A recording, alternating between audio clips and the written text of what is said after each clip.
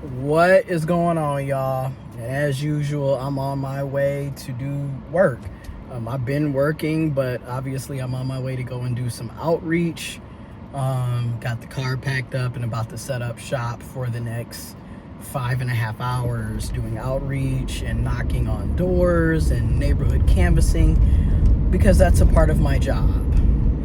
And this is just me making yet another video discussing the ongoing financial hardships that many of us are facing and dealing with, living in late stage capitalism, hyperinflation, greed, and corruption, over taxation without proper representation, So yeah, how's it going? So I already know, like, this week, one of my plans is definitely to hit Instacart up. Literally, if I can do it 5 times a week, each work day, for 3 to 5 hours each day, that would be ideal. And that's my plan. And this is just, I'm one of the many of millions of people in the USA in particular that can relate to that, right? Like, you have a full-time job, but you still have to do side hustle, gig economy, part-time job, contractual work, etc. to make ends meet, because more often than not, your full-time job does not pay enough for you to actually sustain on. And for a lot of us, our bills are eating us alive. And we're paying, exuberant amounts for basics. Our basics cost so much. So, and then I've said it time and time again, our wages and salaries do not reflect the cost of living and does not take inflation into consideration. So I've said it time and time before, a lot of us have wages and salaries that would have been fantastic 30 years ago, 20 years ago, 15 years ago, hell, even 10 years ago. But in current times, those salaries and wages, it's paycheck to paycheck living, which is why we have to have second and third jobs and multiple sources of income. I got paid July 3rd, the day before the 250th anniversary and celebration and recognition of the independence of the USA, Independence Day.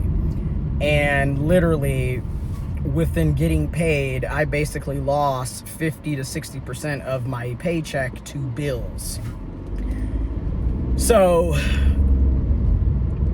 a lot of people can relate to the first of the month really being treacherous, because everything typically is due at the first of the month. Like the first few days of the new year. Ooh, I like their flag. My mistake. The first few days of the new month, of each new month, a lot of people's rent is due, mortgages are due, car payments are due, car insurance is due, renter's insurance, homeowner's insurance, utilities, etc., groceries, etc. These are continuously due.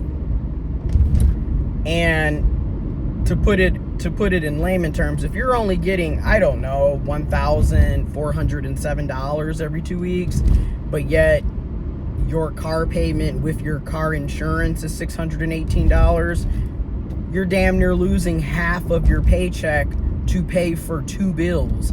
And then you're expected to make the rest of that money from that paycheck last for 2 additional weeks until you get paid the next time. And arguably, that is not realistic for a lot of people because of the cost of living. I mean, everything is double to triple what we used to pay. Again, why are we paying the equivalent of what used to be considered rent to drive and own a car? And this is what I mean by, when your basics are astronomical, it makes it hard for you to save for anything. because everything is costly and overpriced. Again, we're literally paying half of our income or more to rent, mortgage, car payments, car insurance. We haven't even talked about the utilities, groceries and other necessities. And then now with everything going on, especially with the cost of living and everything going on, a lot of us are finding ourselves in situations where, this is what's crazy. 2 years ago, 2024, I was basically in the same income bracket, in that $50,000 income, but I was making more money because I had received a pay raise, and also I wasn't putting 6% into my 401k for my retirement through my job. I was putting like 2 or 3% because they were only matching 2 to 3%. So like when you look at that increase in, I'm now putting in 6%, and my new employer is matching 6%, so a total of 12% is going back into my retirement. And I just had to bring that up because a lot of people will look like, well, 6% isn't a lot.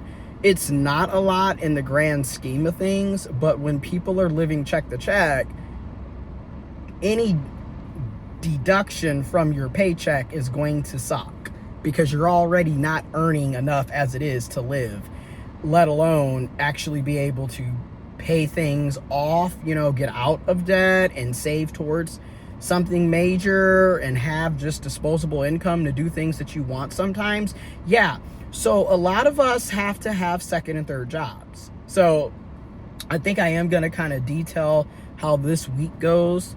A lot of times I'll do Instacart and then donate a portion of my earnings, if not all of my earnings, to different causes, especially causes around the transgender community, LGBTQ plus community, and people fleeing oppression in Palestine, and helping other local area organizations that I typically support monthly. So a lot of times my earnings via Instacart are literally being donated. This week, I'm going to up it up a bit because I'm doing my regular donations, but then also I want to earn additional disposable income so I can do different things in the next couple of days to weeks. So my goal is to do an additional 3 to 5 hours of Instacart each day, followed by going to the gym for an hour each day during the work week, because the weekends surprisingly are not really easy to do that because I have to work my other jobs. So it's like you have to try to find time to do that. So during the week, I try to do that. If I don't have any meetings or stuff going on, like I know Thursday, for example, I'm likely not going to be able to Instacart because as soon as I get off work, we have our monthly meeting, and it's a fundraiser event on top of that, so we have to be there. So Thursday, it likely won't be Instacarting, but I will still have time to hit the gym later on that night, I should say. Friday, definitely going to be Instacarting. Because again, people want to make extra income, extra side hustle money. But then Saturday, guess what? I'm working the vast majority of the entire day, like literally until about 10, 11 o'clock at night. So you know how that goes. So anyways, that's what I'm about to go and do. I'm about to do these next 5.5 hours of outreach for my main job, get off work, go home, change clothes, clean up a little bit, and then get back on the road to do Instacarting for at least 3 to 5 hours, check in with family, make sure they're good, and then go to the gym for an hour. Again, people should not have to work more than one job. That's just it. If you have a full-time job, your full-time job should be paying you adequately so you can live a quality life. I'm not expecting to go to Disney World every single weekend, every single month. I'm not driving, a Mercedes-Benz, an Escalade, a Ferrari, a Bentley. I'm not even driving, an electric vehicle. We are driving everyday common vehicles and literally everyday lives, but at the bare minimum, I should be able to pay all my bills and have money left over to do things that I want sometimes. Again, this is all we're asking and saying. People have full-time jobs, years to decades of experience. In my case, I've been working, literally this month marks 17 years of working. Okay, so I have well over a decade of work experience. And then in my particular field, this year marks 13 years. So that's why I'm like, come on now. People have over a decade of work experience, college education, college degrees, countless certifications that are required in order to maintain the licensing that I need to do my job. And yet we're not being paid enough to actually live a quality life. And now with these student loans and the payments literally doubling and tripling, and in some situations quadrupling, we are crunched. And a lot of us are going to be trying to fit more time working additional hours at these part-time side hustles because we're not being compensated fairly. It is what it is. You can't keep telling people that they need to try harder or they need to save more, when in reality you need to pay people what it costs to live. Our wages and salaries should reflect the cost of living and take inflation into consideration. Quite frankly, we should be getting yearly cost of living adjustments, aka raises, that reflect inflation. If you're getting a raise of 3%, you are literally taking a pay cut because inflation is over 3%. And a lot of us are not even getting that. We're not getting yearly raises. We're not getting cost of living adjustments. And then the raises that we're getting are beneath inflation rates. So it's a pay cut. That's what I mean by 50,000 in 2023 is completely different from 50,000 in 2026. Okay? Just between 2 years ago, even in 2024, a year ago in 2025, I was making around $16.54 to $17.54 every 2 weeks or bi-monthly. And now I'm literally at about $14.07, $1,407 every 2 weeks from my main job. Remember, I got laid off from my previous job October 1st, 2025. So put that in scales. Like when people are like, well, how come folks don't stay at jobs long? You don't really allow us to stay at jobs long with all of these layoffs. And then also if you work for nonprofits, the likelihood of your grants being funded year to year is not really that high. So you can literally lose a job despite the fact that you are doing well at your job. Again, we don't really have longevity or like security with a lot of these jobs. And again, nonprofit world, they don't, depending on the type of nonprofit you're working for and where you fall in the leadership scale, you're typically not being paid well. Again, $50K in 1996 would have been fantastic. 2006 would have been great, right? Hell, even 2016 would have been good. 2020 would have been decent. But now you're literally living check to check, just like everybody else. And I'm going to say it, looking at millennial STEAM, deconstructing narcissism, pencil poetry, and so many other content creators and YouTubers who are speaking on these situations and issues and have been speaking on these situations and issues for years. I'm not saying anything new. I'm repeating the same talking points. This is not enough money. Think about it. I basically owe $50K in student loans. All right. I owe $50,000 essentially in student loan debt. So if I'm only earning $50,000 a year, how is that going to help me pay off my student loans, let alone live everyday life with everyday life bills and responsibilities? So this is, again, these are the issues that we're talking about. People need to be compensated fairly. instead of constantly giving us the low end of the pay. Like, literally, when, and I'm not saying this to toot my own horn, but when you look at my education, my decades of experience, the type of work that I'm doing, I should be making closer to six figures by now, if not six figures in my role by now. And that's what I'm talking about. It's like most of us need to be paid at least double what we're making so we can actually live a quality life. And also just for it to reflect the cost of living and take inflation into consideration. We're not even talking about your education or years of experience at that point. We're just looking at the fact that, hey, if a place to rent is $1,500 a month and we have to prove that we earn 3 times the rent, we're not even being paid 3 times the rent, man. Like I said, I don't even get $1,500 every 2 weeks after taxes and deductions. I'm at $1,407.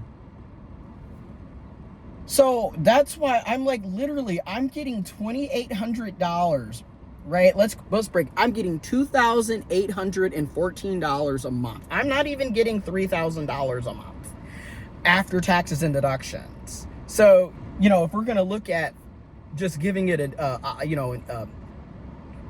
not even an even number, but you get it, to make it easier. If you're getting $3,000 and there's 12 months in a year, I'm not even getting $36,000 a month or a year after taxes and deductions.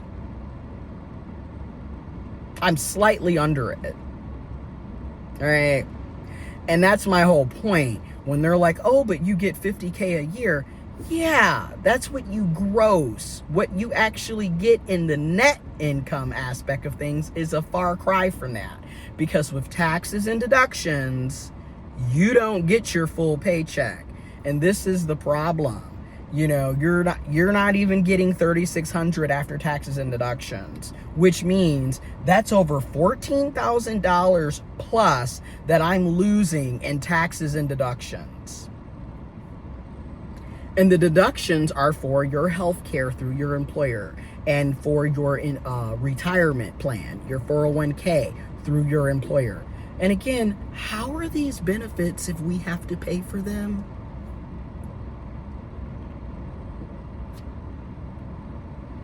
I'm just saying, how are these benefits if you, the employee, have to pay for them?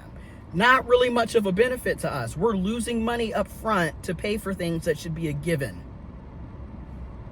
You know, we really need to go back to pensions where employers were responsible for that, for our retirement, not us taking out money that we're getting paid after already giving you 40 plus hours a week of our labor.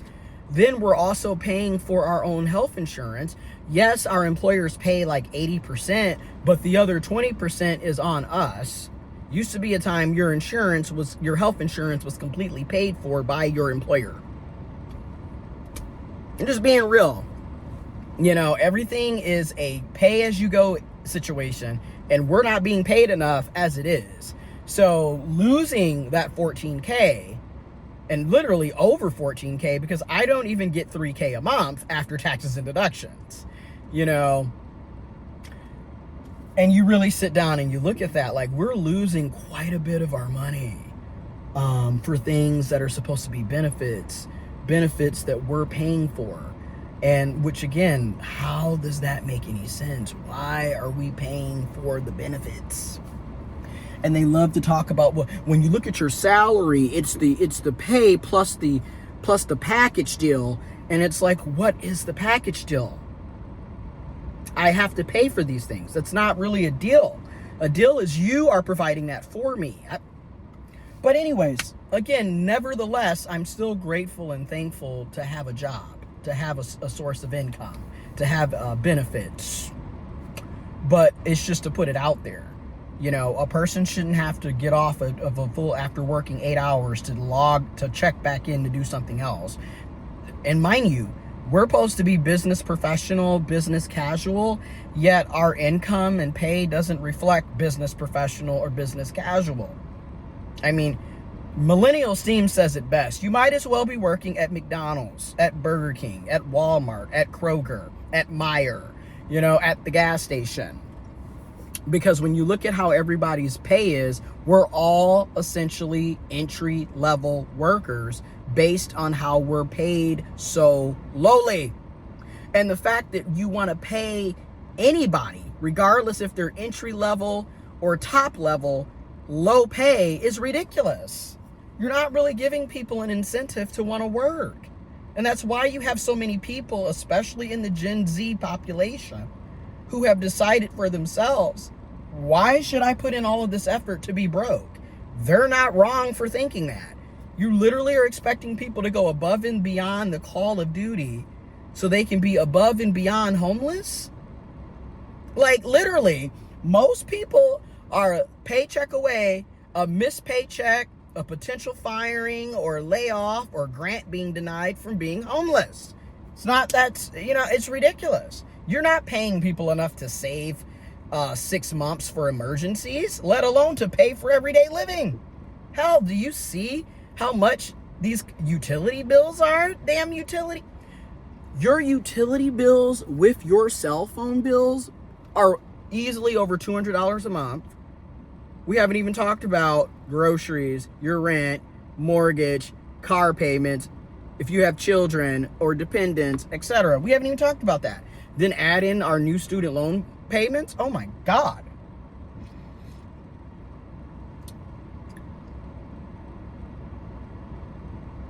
But hey, we're celebrating 250 years of people living in hell and oppression and destruction and chaos and war and violence. My gosh, on the 250th year, and most of your citizens are living check to check. You got people working full-time jobs that are living in their car because they can't afford rent. But happy 250th to the USA, right?